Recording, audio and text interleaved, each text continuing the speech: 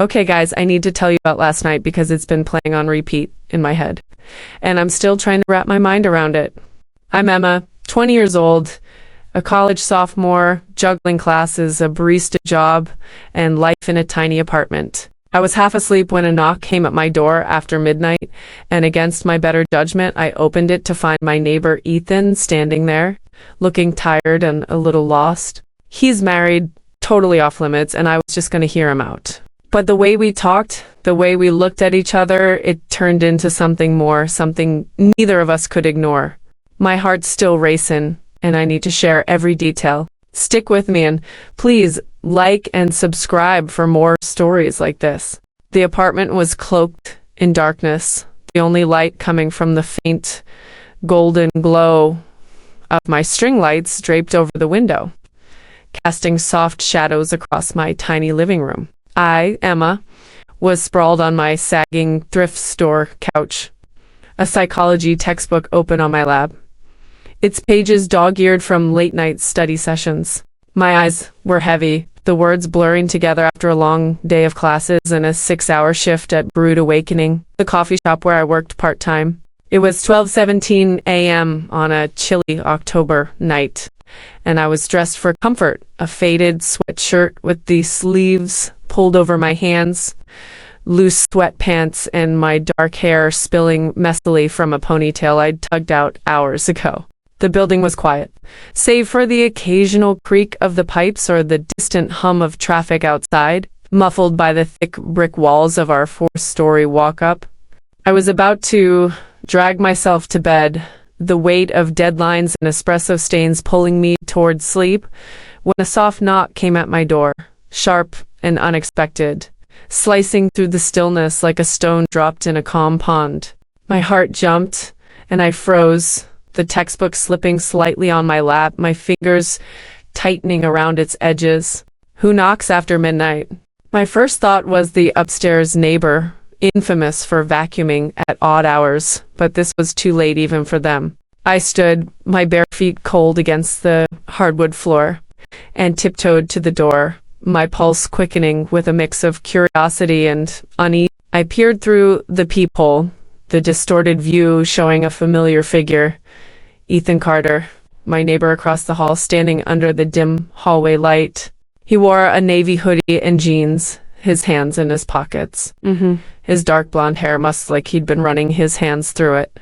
His hazel eyes caught the light, tired but restless, and his posture was slightly slouched, like he was carrying a weight he couldn't shake. He was probably in his early 30s, married to Claire, a lawyer who was always rushing off in sharp blazers, her blonde bob sleek, and her eyes focused on her next case.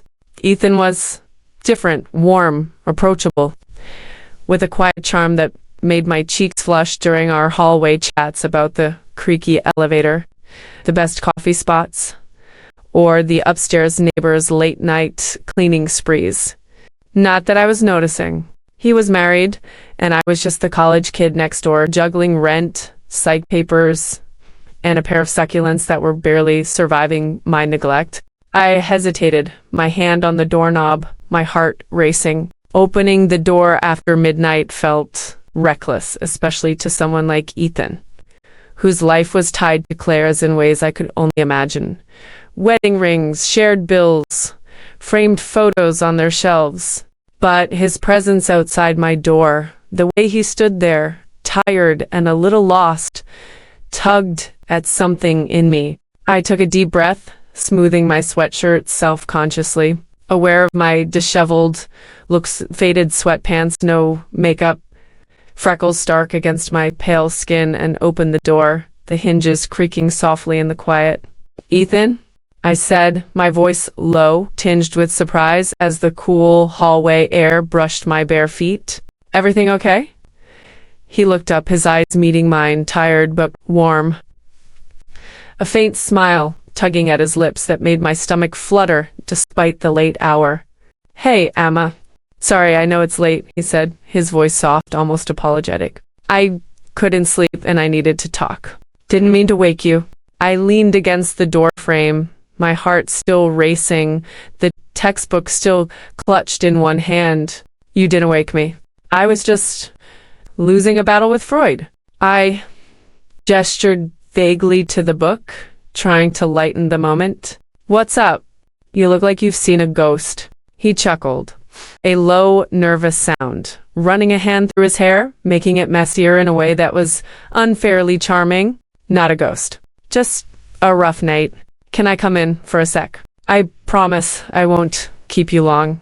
I hesitated again, Claire's name flashing in my mind like a neon warning sign. He was married, and this was risky territory, especially at this hour. With the building so quiet, it felt like we were the only two people awake in the world. But his eyes were earnest, almost pleading, and I couldn't bring myself to turn him away, not when he looked so worn out. Sure, I said, stepping aside, my voice softer than I meant, the words carrying a weight I hadn't intended. Come in. He stepped inside, his presence filling the small space, and I closed the door. The click, loud in the quiet, like a decision I couldn't take back. My apartment was a chaotic snapshot of college life, books piled haphazardly on the coffee table, a half-empty water bottle, a bag of tortilla chips I'd been snacking on, and my laptop open to a paused rom-com, the screen glowing faintly. The string lights draped over the window gave the room a warm, golden glow, but I was hyper-aware of the clutter. The way my sweatshirt hung loose on my frame, the fact that I hadn't expected company, especially not him. Ethan didn't seem to notice, his eyes scanning the room briefly, lingering on the string lights, the stack of psych books, the chipped mug on the table before settling on me, a faint smile on his lips that made my heart skip. Cozy place, he said, his voice low, gesturing to the string lights. Feels like you. Warm, a little chaotic. I smiled, my cheeks warming despite myself, and set the textbook down on the coffee table, its weight a small anchor. Thanks. It's a work in progress. Want something to drink? I've got water, tea, maybe some leftover coffee from this morning, but I wouldn't recommend it. He chuckled, settling onto the edge of my couch, his hands clasped between his knees, the leather creaking slightly under his weight. Tea? Sounds good. Anything warm? Thanks for this, Emma. I know it's weird showing up like this. I shrugged, heading to the tiny kitchen nook, grateful for the excuse to move, to do something with my hands as my heart raced. It's not weird. I mean, it's late, but I'm awake. What's on your mind? I filled a kettle, the soft clink of it grounding me as I tried to steady my nerves. He sighed, leaning back, his hoodie stretching slightly across his shoulders, the fabric catching the light. Just stuff. The work's been intense, Claire's been swamped with a big case, and I guess I'm just feeling stuck. Like I'm spinning my wheels and not getting anywhere. Needed to get out of my head for a bit. I nodded, sensing the weight behind his words. The kind of exhaustion that went deeper than a sleepless night. The kind that settled into your bones. I grabbed 2 mugs from a shelf, my hands moving on autopilot as I processed his words, Claire's absence, his restlessness, the fact that he'd chosen my door to knock on. She was real, a constant presence in his life with her legal journals and polished heels, and I was just the neighbor here to listen. But the way he looked at me, tired but searching, made my heart race in a way I couldn't ignore, a pull I knew I shouldn't feel but couldn't shake. The kettle whistled, sharp and sudden, and I poured hot water over chamomile tea bags, the floral scent filling the air, soft and soothing. I handed him a mug, our fingers brushing as he took it, and I felt a spark, like static electricity, that made my breath catch. I sat on the couch, a careful distance away, tucking one leg under me, the mug warm in my hands, its heat grounding me against the flutter in my stomach. Stuck, huh? I said, keeping my tone light, trying to ease the tension. I get that. College feels like that sometimes, like you're running in place, studying for exams that don't even matter in the grand scheme. He nodded, taking a sip, his eyes meeting mine over the rim of the mug, the steam curling between us. Yeah, Exactly. Like you're doing all the right things, but it's not enough. You ever feel that way? I smiled, tilting my head, the chamomile's warmth spreading through my chest. All the time. Psych classes, work, trying to keep my plants alive. It's a lot. But I figure it's just part of the deal at 20. You're what, 32? You've got it all figured out, right? I teased, hoping to lighten the mood. He chuckled, his eyes crinkling, a genuine laugh that cut through the quiet. 32 and still a mess. Trust me, it doesn't get easier. Just different. I laughed, the sound easing the tension, but the air between us was heavy, the silence filled with the soft hum of the radiator and the faint flicker of my string lights. Our eyes met, and for a moment neither of us spoke. The quiet, charged with something unspoken, a thread pulling tighter between us. I took a sip of tea, trying to ground myself, the chamomile soothing, but not enough to calm my racing heart. He was married. I was just the neighbor, but his gaze was warm, searching, like he was seeing me for the first time, noticing the messy hair framing my face, the freckles across my nose, the nervous way I held my mug. "So," I said, forcing a lighter tone to break the tension, "what do you do when you're stuck? Besides knocking on neighbors' doors at midnight?" He grinned, setting his mug down, his fingers brushing the edge of the coffee table, leaving a faint ring of condensation. "Music, usually. Classic rock, Springsteen, mostly. Keeps me sane. What about you?" I raised an eyebrow, leaning forward, the couch creaking softly. "Let me guess, Thunder Road?" His eyes widened, and he laughed, clearly impressed, leaning forward to mirror me. "You're good." "Yeah, that's the one." "How'd you know?" "My dad's a Springsteen nut," I said, smiling, setting my mug down beside his. "Grew up hearing Born to Run on repeat. Thunder Road's got that escape vibe, like you're one guitar riff away from driving off into the sunset." He nodded, his gaze softening, the laugh lingering in his eyes. "Exactly. That let's get out of here energy. You get it." He paused, then tilted his head, his eyes curious. "What's your escape? Besides late night study sessions and what's that, tortilla chips?" He gestured to the open bag on the table, a teasing glint in his eyes. I laughed, rolling my eyes, my cheeks warming. "Don't judge my snacks. Old rom-coms mostly. When Harry Met Sally is my go-to. I've watched it way too many times, but it's like comfort food." He raised an eyebrow, his smile turning playful, leaning back slightly. "Rom-coms? Didn't peg you for a hopeless romantic." I rolled my eyes again, my cheeks burning now. "Not hopeless. Just hopeful. There's a difference, you know." He grinned, his eyes locked on mine, the air between us thickening. "Noted. You're full of surprises, Emma." The silence stretched, heavy with something unspoken, the radiator's hum and the faint clink of our mugs, the only sounds. I swallowed hard, trying to keep my voice steady, my heart racing as his gaze lingered, warm and searching, like he was noticing every detail, the loose strands of my hair, the way my sweatshirt sleeves covered my hands, the nervous way I fidgeted with my mug. He was married. I was just the neighbor, but the way he looked at me made it hard to think straight, like the room was shrinking around us, the air growing warmer, heavier. I needed to steer this back to safer ground before my thoughts wandered too far. My eyes caught on the string lights, one section flickering slightly, a loose bulb I'd been meaning to fix for weeks. "Speaking of chaos," I said, pointing to it, forcing a playful tone, "my lights are acting up. Want to help me fix them?